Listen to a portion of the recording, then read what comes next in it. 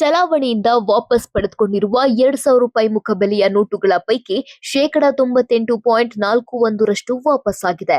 5,669 ಕೋಟಿ ರೂಪಾಯಿ ಮೌಲ್ಯದ ನೋಟುಗಳನ್ನು ಇನ್ನೂ ಜನರ ಬಳಿಯೇ ಇವೆ ಎಂದು ಆರ್ಬಿಐ ತಿಳಿಸಿದೆ. ಅತ್ಯಧಿಕ ಮೌಲ್ಯದ ಪಿಂಕ್ ನೋಟುಗಳನ್ನು 2023ರ ಮೇ 19ರಂದು ಚಲಾವಣೆಯಿಂದ ಹಿಂಪಡೆಯುವುದಾಗಿ ಆರ್ಬಿಐ ಘೋಷಿಸಿತ್ತು. ಅದಾದ ಬಳಿಕ ನೋಟುಗಳನ್ನು ವಾಪಸ್ ನೀಡಿ ಅದರಷ್ಟೇ ಮೌಲ್ಯದ ಹಣವನ್ನು ಪಡೆದುಕೊಳ್ಳಲು ಅವಕಾಶ ನೀಡಲಾಗಿತ್ತು.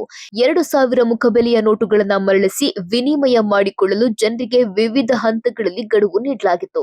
ಆದರೂ 2025ರ ಡಿಸೆಂಬರ್ 31ರವರೆಗೆ 98.41% ನೋಟುಗಳು ಬ್ಯಾಂಕ್ಗಳಿಗೆ ಮರಳಿವೆ. ಈಗ ಆ ನೋಟುಗಳಿಗೆ ಮೌಲ್ಯ ಇಲ್ಲವಾದರೂ ಇನ್ನು 1.59% ನೋಟು ಜನರಲ್ಲಿ ಉಳಿದುಕೊಂಡಿದೆ.